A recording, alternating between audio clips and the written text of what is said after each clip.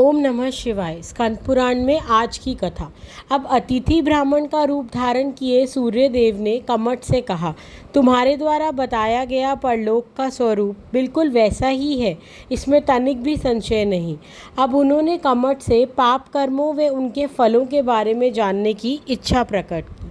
इस पर कमठ बोले, ब्राह्मण की हत्या करने वाले मनुष्य को श्रय रोग होता है, शराबी के दांत काले होते हैं, सोने की चोरी करने वाला का नख खराब होता है, गुरु पत्नी गामी के शरीर का चमड़ा खराब हो जाता है।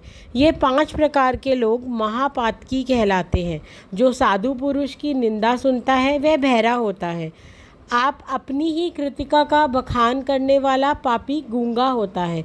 गुरुजनों की आज्ञा का उल्लंघन करने वाला मनुष्य मिर्गी रोग से पीड़ित होता है। गुरुजनों का अपमान करने वाला मनुष्य कीड़ा होता है। जो दान देकर फिर छीन लेता है वह गिरगिट योनि में उत्पन्न होता है। अन्न चुराने वाला भूख से पीड़ित रहता है।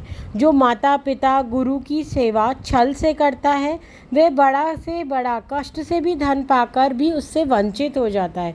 जो विश्वास करने वाले पुरुष का धन हड़प लेता है वह सदा दुखों का भोगी होता है। गाय की हत्या करने वाला जन्म से ही अंधा होता है। इस प्रकार कई पापों का वर्णन कमठ द्वारा किया गया है। अब आगे कमठ कहते हैं, धर्म और दान से सुख प्राप्त होता है, अधर्म दुख की उत्पत्ति होती है। अतः सुख के लिए धर्म का आचरण करें और पापों को सर्वथा त्याग दें। इस लोक और परलोक दोनों लोकों में जो सुख है उसकी प्राप्ति धर्म से ही बताई जाती है। अतः समस्त कार्यों और मनोरथों की सिद्धि के लिए धर्म में ही मन लगाएं।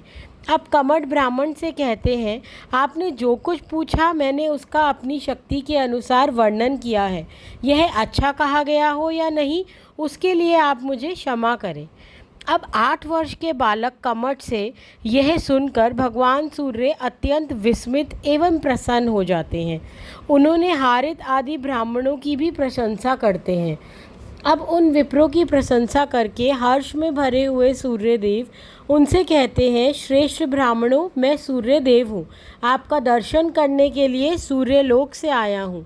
मैं अपने मन और बुद्धि को एकाग्र करके आप सब लोगों को प्रणाम करता हूँ और उनसे मन वांछित वर मांगने को कहा। अब भगवान सूर्य की यह बात सुनकर सभी ब्राह्मण बहुत प्रसन्न हुए। उन्होंने भक्तिपूर्वक सूर्यदेव का पूजन किया और वर मांगा कि आप सदैव यही वास करें और यह इस स्थान का कभी भी परित्याग ना करें। अब भगवान सूर्य बोले, क्योंकि आप लोगों ने जयादित्य कहकर मेरा स्तवन किया है, इसलिए मैं जयादित्य के नाम से विख्यात हो सदा इस स्थान में निवास करूँगा। जो मानव यहाँ प्रतिष्ठित हुए मेरे श्री विग्रह पूजन करेगा उसका पूजा पाठ को मैं ग्रहण करूँगा और उसे मनवांछित वर दूँगा। आज की कथा यहीं समाप्त करती हूँ। कथा पसंद आ रही हो तो कमेंट में ओम नमः शिवाय व हर हर महादेव ज़रूर लिखिएगा। हमारे चैनल को लाइक शेयर व सब्सक्राइब ज़रूर कीजिए। ओम नमः शिवाय, हर हर महादेव।